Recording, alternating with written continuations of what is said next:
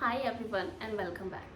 क्या आपको याद है जब हम हमारी 20s में थे तो हम जितना भी अमाउंट में फूड खाएं, जितना भी खाना खा लें, चाहे वो भर प्लेट पकौड़े हो, छोले भटूरे हो, तला हुआ खाना हो या बाहर का खाना हो, हमें कोई टेंशन ये नहीं होती थी कि हमारा वेट बढ़ जाएगा। क्यों? क्योंकि उस टाइम पे हमारा मेटाबॉलिज्म बहुत अच्छा होता है। हम जो कुछ भी खाएं हम बहुत इजीली उसे डाइजेस्ट कर पाते हैं। हमारी बॉडी को उस एज में इतनी एनर्जी की ज़रूरत होती है कि हमारा मेटाबॉलिक रेट बहुत हाई होता है। लेकिन जैसे जैसे हम हमारे 30s की तरफ बढ़ते हैं तो हमारा मेटाबॉलिक रेट थोड़ा कम होता जाता है और उम्र के साथ साल दर साल ये कम होते चला जाता है और ये नेचुरल है, अनअवॉइडेबल है। लेकिन वेट गेन से इसका बहुत बड़ा लिंक है। तो अगर आपको अपना मेटाबॉलिज्म 30 के बाद भी बढ़ाना है तो ये वीडियो आपकी है। चलिए वीडियो शुरू। सबसे पहले सिंपल टर्म्स में हम ये समझते हैं कि मेटाबॉलिज्म आखिर है क्या। हम बहुत सुनते हैं कि मेटाबॉलिज्म बढ़ाने के लिए ये खाइए वो खाइए, पर मेटाबॉलिज्म है क्या? देखिए, हम जो कुछ भी खाते पीते हैं उसको एनर्जी में कन्वर्ट करने का जो प्रोसेस है उसको मेटाबॉलिज्म कहते हैं। सिंपल टर्म्स में अगर हम रेस्ट भी कर रहे हैं तो हमारी बॉडी को एनर्जी की ज़रूरत है, जैसे कि सांस लेने के लिए, सेल्स की रिपेयर के लिए, ब्लड फ्लो के लिए, हर चीज़ के लिए हमें एनर्जी चाहिए। तो जो कुछ भी खाएंगे उसको एनर्जी में जो कन्वर्ट करने का या कैलोरीज को एनर्जी में कन्वर्ट करने का जो प्रोसेस है उसको मेटाबॉलिज्म कहते हैं। का मेटाबॉलिक रेट हाई है तो हमारी बॉडी हमारे खाए हुए खाने में से जो कैलोरीज है उन्हें ज़्यादा एनर्जी में कन्वर्ट करेगी। अगर हमारी बॉडी की मेटाबॉलिक रेट हाई है तो हमें ज़्यादा एनर्जी की ज़रूरत है, और ज़्यादा एनर्जी की ज़रूरत है तो वो कैलोरीज एनर्जी में इजीली कन्वर्ट हो जाएगी। ज़्यादा कन्वर्ट होगी तो हमारी बॉडी में जो फैट है वो स्टोर नहीं होगा और हम पतले रहेंगे।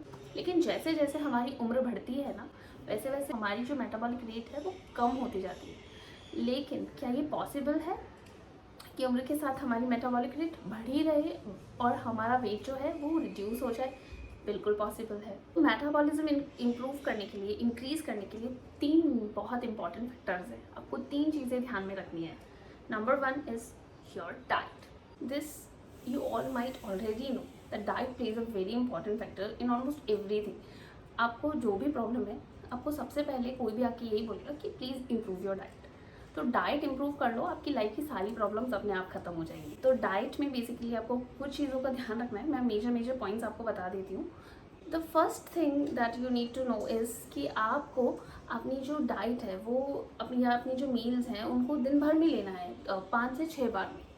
जैसे आप सुबह उठते हैं, आपने ब्रेकफास्ट लिया, ब्रेकफास्ट के बाद आप 10-11 बजे आपने हैंडफुल ऑफ नट्स खा लिया, उसके बाद आपने लंच लिया, फिर आपने चाय के टाइम पे कुछ मखाने या फिर कुछ लाइट स्नैक होममेड खा लिया। उसके बाद आपने कुछ शाम को डिनर से पहले कुछ सैलेड या फ्रूट दिन भर में बीच में कभी एक बार खा लेना है। सेकेंड इम्पॉर्टेंट चीज़ जो है वो है प्रोटीन। आपको ये ध्यान रखना है कि आपके दिन भर में जो भी आप मील ले रहे हैं, स्पेशली आपका जो लंच है, आपका ब्रेकफास्ट है और जो आपका डिनर है, उसमें प्रोटीन होना ही होना चाहिए। ये आपको शायद पता होगा कि आपको आपके बॉडी वेट के अकॉर्डिंग, पर केजी बॉडी वेट के अकॉर्डिंग आपको 1 ग्राम प्रोटीन चाहिए। यानी अगर आपका वेट अगर 55 केजीज है फॉर से, तो आपको 55 ग्राम्स ऑफ प्रोटीन आपको दिन भर में लेना है। आपको किसी भी और बहकावे में नहीं आना कि नहीं हमारी बॉडी में तो 100 ग्राम्स ऑफ प्रोटीन जाना ही जाना चाहिए कि आप 100 केजीज के हो। वैसे बस आपको ये देखना है, ध्यान में रखना है कि मेरी जो डाइट है वो सिर्फ कार्बोहाइड्रेट नहीं होनी चाहिए, नहीं सिर्फ सब्जी रोटी नहीं होनी चाहिए। क्योंकि सिर्फ सब्जी रोटी अगर आप खाते हो, जैसे आपने कोई भी सीजन की सब्जी जैसे भिंडी और रोटी बना दी, ठीक है, तो इसमें आपका प्रोटीन नहीं आ रहा। कहाँ से आ रहा है प्रोटीन? जो गेहूँ में जो प्रोटीन है वो बहुत नेग्लिजिबल होता है। तो कुछ ना कुछ आपको साथ में ज़रूर लेना है। जैसे आपने दही ले लिया या फिर आपने दाल ले ली तो आपका प्रोटीन आ गया। तो आपकी हर मील में प्रोटीन का होना बहुत ज़रूरी है। प्रोटीन अगर आप हर मील में प्रोटीन लोगे तो आपका मेटाबॉलिज्म वैसे भी इम्प्रूव हो जाएगा। उसके अलावा आप सीड्स और नट्स, सीड्स जैसे पम्पकिन सीड्स, सनफ्लावर सीड्स या फ्लैक्स सीड्स, ये सारी चीज़ें आप अपनी डाइट में इंक्लूड कर लो। They are also very good for your hormonal health. Ladies beyond 30 years of age, हमारे जो हार्मोन है वो बहुत ज़्यादा कॉम्प्लेक्स हो जाते हैं and they play a very very significant role in our weight gain and also to decrease our metabolism. तो जो ये हमारे वेस्ट के अराउंड जो फैट जमा होता है या लोअर बॉडी में जो फैट जमा होता है, ये हमारे हॉर्मोन्स की वजह से होता है, स्पेशली इन लेडीज़, और जिसको रिड्यूस करना भी मेल्स के कंपैरिजन में थोड़ा मुश्किल होता है। इसलिए अगर आपको अपना वेट रिड्यूस करना है और बहुत ज़्यादा एफर्ट्स भी आपको नहीं लगाने, जैसे हम हमारे 20s के टाइम पे वेट अगर गेन कर लेते थे और फटाफट रिड्यूस हो जाता था, अगर आपको वही वापस चाहिए तो आप अपने हार्मोन्स के लिए खाओ। अगर आपके हार्मोन्स बैलेंस में है ना, आपके सारे हार्मोनल हेल्थ अच्छी है, तो आपका वेट बहुत अच्छा होगा, ऑप्टिमम होगा आपकी एज के अकॉर्डिंग। आपको फर्मेंटेड फूड यानी प्रीबायोटिक्स और प्रोबायोटिक्स आपकी डाइट में होना बहुत ज़्यादा ज़रूरी है। प्रोबायोटिक जो से मतलब है हमारा जो बैक्टीरिया होते हैं, जो गुड बैक्टीरिया होते हैं, हेल्दी बैक्टीरिया जो होते हैं, जो हमारे गट में होते हैं, यानी गट हेल्थ हमारी बहुत बहुत इंपॉर्टेंट है। तो जो गट में जो बैक्टीरियाज होते हैं उनकी डाइवर्सिटी को इम्प्रूव करने के लिए फर्मेंटेड फूड खाओ, और एक ही तरह का फर्मेंटेड फूड नहीं, अलग अलग तरह के, जैसा हमने दही ले लिया, छाछ ले लिया, या हमने अचार ले लिए। और एक टिप देती हूँ कि आप जितना ज़्यादा अपने फूड को डाइवर्सिफाई करोगे, यानी आप एक ही एक तरह का खाना मत खाओ, यानी इसका मतलब ये नहीं है कि आप रोज़ सब्ज़ी रोटी खा रहे हैं और आज जाके हम बाहर खा लेते हैं, वो नहीं।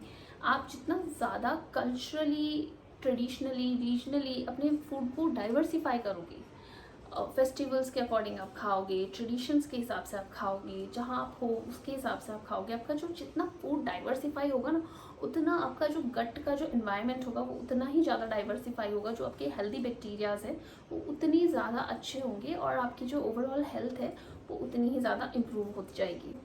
प्रोबायोटिक्स के साथ साथ आपको प्रीबायोटिक्स भी लेने हैं, यानी प्रीबायोटिक्स मतलब जो प्रोबायोटिक जो बैक्टीरियाज है उनका जो खाना होता है दैट इज़ प्रीबायोटिक। तो वो क्या होता है, बहुत ज़्यादा फाइब्रस फूड या whole wheat, whole pulses, whole grains, ये हमारी प्रीबायोटिक्स हो। एक ही अनाज पे फोकस मत करो, आप जितना डाइवर्सिफाई अपने अनाज को कर सको, जैसे आप सिर्फ गेहूँ की जगह आप चावल, गेहूँ, मकई, बाजरा, ज्वार, रागी, नाचनी, या बहुत सारे जो अनाज हैं हमारे, स्पेशली इंडिया में तो बहुत ही इजीली अवेलेबल है।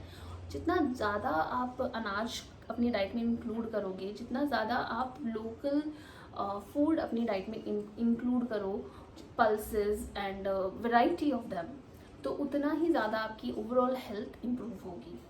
डाइट में ही 2 और इम्पॉर्टेंट चीज़ें हैं जो आपको बहुत ध्यान में रखनी है। वन इज़ हाइड्रेशन, आपका हाइड्रेशन बहुत ज़्यादा अच्छा होना चाहिए, बहुत अच्छा होना चाहिए। आपको दिन में एटलीस्ट 2-2.5 लीटर या 7-8 ग्लास पानी पीने चाहिए। और दूसरी चीज़ शुगर, प्रोसेस शुगर से जितना हो सके दूरी बना लो, फ़ायदे में रहोगे। जो प्रोसेस शुगर है वो हमारे हार्मोन्स के साथ तो छेड़छाड़ी करता ही है, साथ में हमारा मेटाबॉलिज्म एकदम स्लो कर देता है। तो शुगर और salt, process sugar and process salt, उससे दूर रहो, नेचुरल शुगर पे आओ।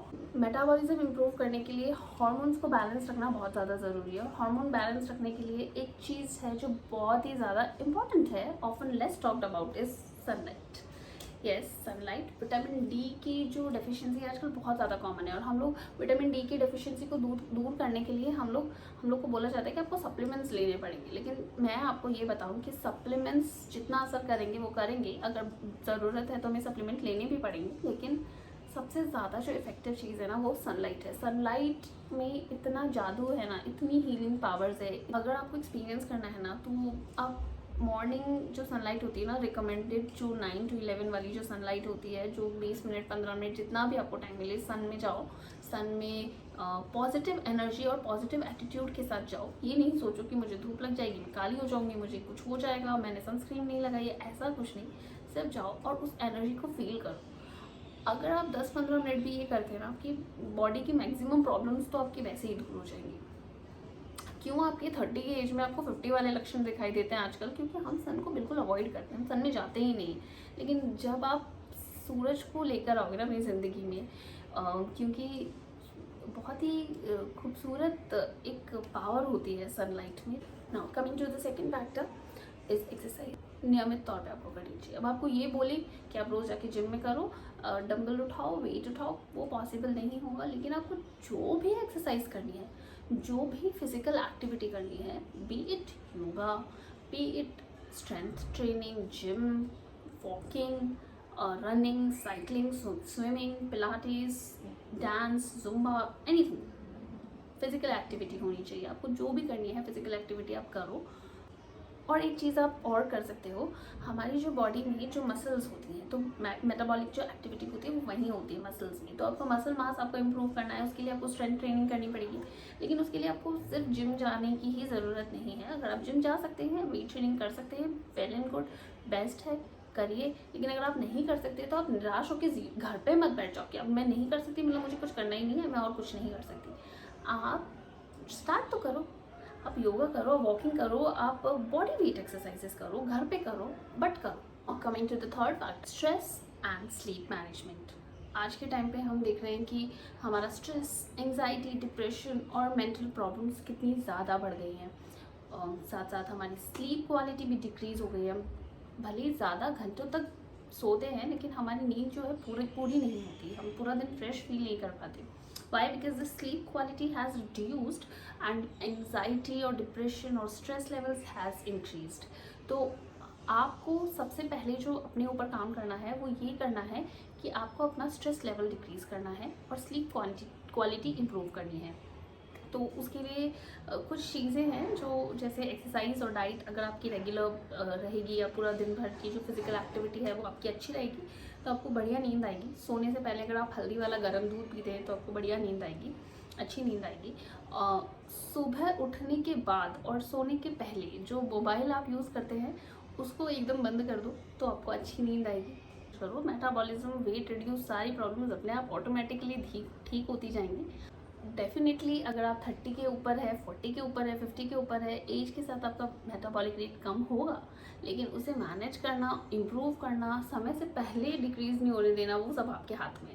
तो होलिस्टिक एक अप्रोच आप अपनाइए। आप उसमें डाइट, अपना एक्सरसाइज और जो फिज़िकल एक्टिविटी है, सनलाइट है, ये सारी चीज़ें इंक्लूड करो और आप ओवरऑल अपना वेट भी मैनेज कर पाओगे, वेट भी रिड्यूस कर पाओगे। जो आपका परफेक्ट ड्रेस है, जो आपकी बॉडी पे फिट होना है, वो भी आपका परफेक्ट जो अलमारी में रखा हुआ है वो भी आपको आ जाएगा वापस। प्लस आपका जो ओवरऑल हेल्थ है वो काफ़ी अच्छे से इम्प्रूव होगी। तो अगर आपको ये वीडियो अच्छी लगी तो आप इसे ज़्यादा से ज़्यादा शेयर करें, लाइक करें, कमेंट करें और ऐसे ही और इन्फॉर्मेटिव वीडियोज़ के लिए चैनल को सब्सक्राइब करना बिल्कुल भी मत भूलिए।